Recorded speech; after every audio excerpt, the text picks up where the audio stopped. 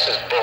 This is malarkey. This is outrageous. Sets off a political firestorm by hinting that Barack Obama and other Democrats would appease terrorists the way European leaders sought to appease Adolf Hitler before World War II. Democrats are furious, especially the chairman of the Senate Foreign Relations Committee, Joe Biden. He was very quick to react. He used a bad word that we can't repeat here on television. Senator Biden is joining us now live. Senator, thanks very much for coming in.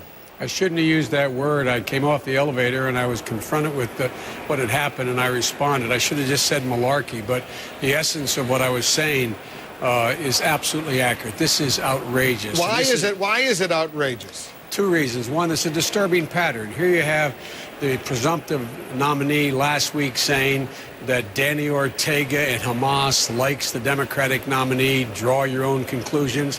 Then President Bush goes to a foreign country addressing the Knesset and makes a veiled and totally inaccurate assumption and comment that Barack Obama, not using his name, is ready to engage in appeasement, when in fact it's absolutely outrageous. Here's the President of the United States criticizing and calling appeasement the willingness to sit down and talk with Iran about what our mutual interests are and what their problem they're creating for us. And this is the same president who apparently doesn't know his Secretary of Defense, Secretary Gates, says we should sit down with Iran. The Secretary of State says we should sit down with Iran. They've been explicit about it. If I had time, I'd read their quotes to you. Is he going to fire them when they come home? And the disingenuous part here, Wolf, is if that's appeasement, then he's the biggest appeaser we've had in modern history. What did he do? He sat down with Gaddafi, that is, the administration did. They cut a deal with Gaddafi, a known terrorist, a guy who, in fact, killed Syracuse University alumni like me, the school I went to, shooting down and taking down a plane, not shooting down, blowing up a plane. And what did he do? He made a deal with him. It was the right thing to do, but he made a deal. And what else did he do? We have a very talented State Department guy negotiating right now head-to-head with the North Koreans. Kim Jong-il has been part of making sure the proliferation of weapons of mass destruction around the world, yet we're making a deal. How do you square those two things? Here's the comment that Barack Obama made at one of our CNN debates in February that seems to have got him in trouble, certainly with President Bush and John McCain, and even some Democrats. I'll play the clip for you. Yep. I would meet without preconditions, although Senator Clinton is right that there has to be preparation. It is very important for us to make sure that there was an agenda, and on that agenda was human rights, releasing of political prisoners, opening up the press, and that preparation might take some time.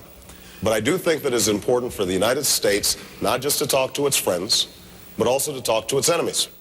Now, John McCain, the Republican presidential nominee, he said that Ahmadinejad just the other day referred to Israel on its 60th anniversary as a, quote, stinking corpse. And he said, what would meeting with Ahmadinejad for a president of the United States possibly achieve?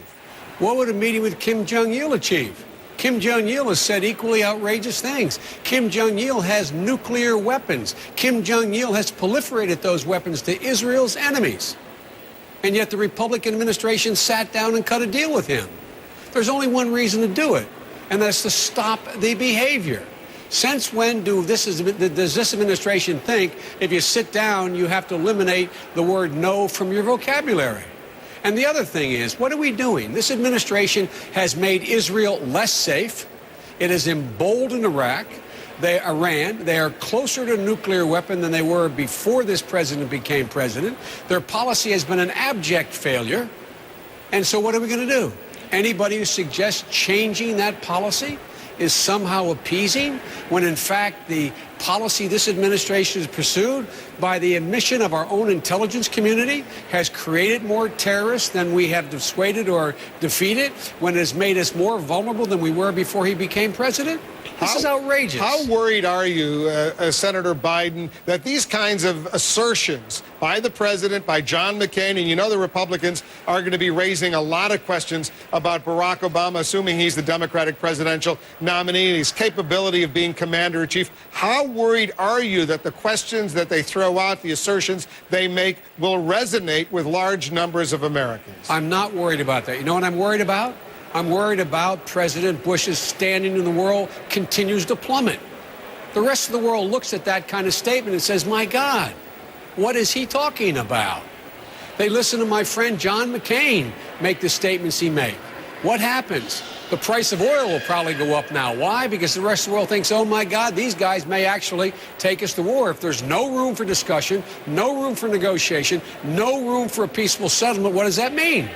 It means war. It means war, and the rest of the world, including our own Defense Department, including our State Department, knows that would be folly. So what it does in the meantime, before we get Barack or Hillary as our president, we have 9 months of further declining respect for the United States of America and its policies. That's what I'm worried about, and I sincerely mean that, Wolf. What has happened is, how do you think this fell on the ears of the leaders of our allies in Europe? How do you think this fell on the ears of the leaders of those we need? We're trying to rally against Iran around the world. This is totally counterproductive. Are you absolutely convinced that that Barack Obama is committed to a secure Israel? Absolutely, positively, unequivocally. A secure Israel is over not only the morally imperative, and I have, you know my record, Wolf, 35 years of commitment to Israel. I got the scars on my back to show it, as they say. But beyond the moral commitment, there is a strategic necessity for our commitment to Israel. And I am absolutely, thoroughly convinced that Barack Obama feels that strongly. He serves on my Foreign Relations Committee. I know his views on this. And the irony of all ironies is that President Bush has made Israel more vulnerable. Prior to his going into Iraq the way he did and the way he's conducted the war, what was the situation? You had Iran boxed in by Sunnis who hated them, headed by a bad guy who we took down, and you had in Afghanistan an enemy on their east and their west. We went in and did them a great favor. Right. We took both of those people out. Now they're stronger. Israel is in more jeopardy. Hezbollah is stronger, all because of this president's policies. And so the irony is, if Israel's security is important to us, you better well change and elect Barack Obama or Hillary Clinton president, because they understand that. We're out of time, Senator. Are you ready to endorse one of these Democratic candidates? No, I'm not. I made a commitment to the Wolf, as I told you when I got out, when they asked me to join their campaigns, that I would not endorse either one. Right. Whoever became the nominee, I'd work like the devil for. Senator Biden, thanks for joining us. Thank you.